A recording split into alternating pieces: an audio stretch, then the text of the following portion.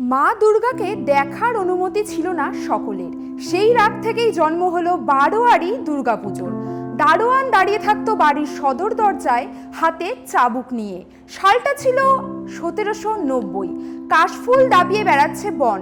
এমনই এক আশ্বিনের শারদ বিকেলে বসে পুকুরের পাড়ে গল্পেই মজেছিলেন চারজন বন্ধু।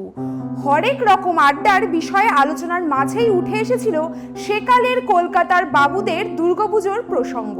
ক্ষোভ ফেটে বেরিয়ে এলো সকলের, আর সেই ক্ষোভ থেকেই জন্ম নিল চিরপরিচিত বারোয়ারি দুর্গাপুজোর। সেকালের বাবুদের বাড়িতে ধুমধাম করে দুর্গাপুজো হতো। আলোর রোশনাই ঢাকের আওয়াজে গমগম করত গোটা এলাকা।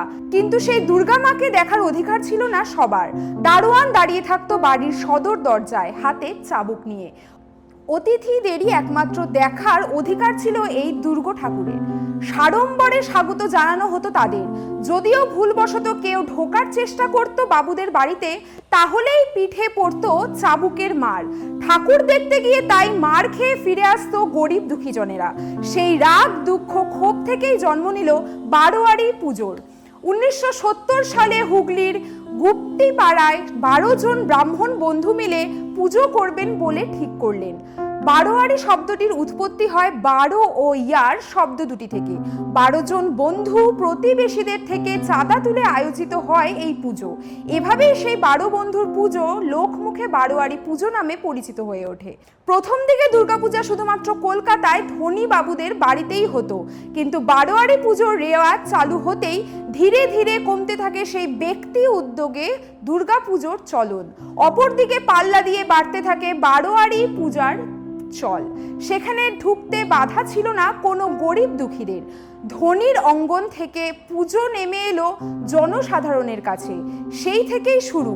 তবে হুগলির গুপ্তিপাড়ায় আদর্শ অনুসরণ করে মফস্বলে বেশ কিছু এলাকাতেও শুরু হয় বারোয়ারি দুর্গাপূজা। কিন্তু বারোয়ারি পুজোর ঢেউয়ের আজ কলকাতায় এসে পৌঁছতে সময় লেগে যায় আরও 100 বছর। কলকাতার সবচেয়ে পুরনো দুর্গাপুজোটি হয় বরিশার সাবর্ণ রায়চৌধুরীর বাড়ির পুজো।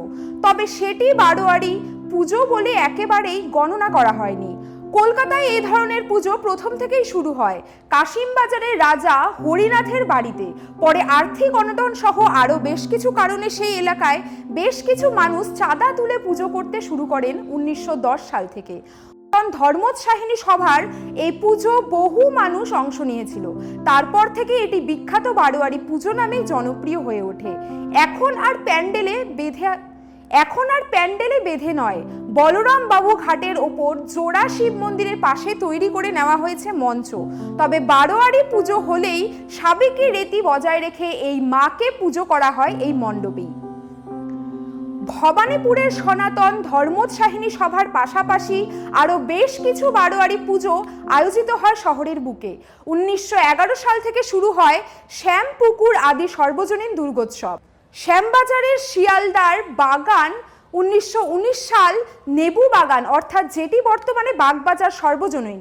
এছাড়াও আরও বেশ কিছু সর্বজনীন পুজোর আয়োজন করে চলেছে তিলোত্তমারা।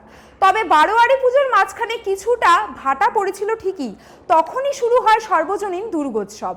ফারাক সামান্যই, কিন্তু ফ্ল্যাট কালচার চালু হওয়ার ফলে আবারও শহর কলকাতায় ফিরে এসেছে বারোয়ারি পুজো। এখন একটি আবাসনের বাসিন্দারা একসঙ্গে মিলে এই দুর্গাপূজা করে থাকেন, যেটি বারোয়ারি পুজোর নামেই পরিচিত। নমস্কার।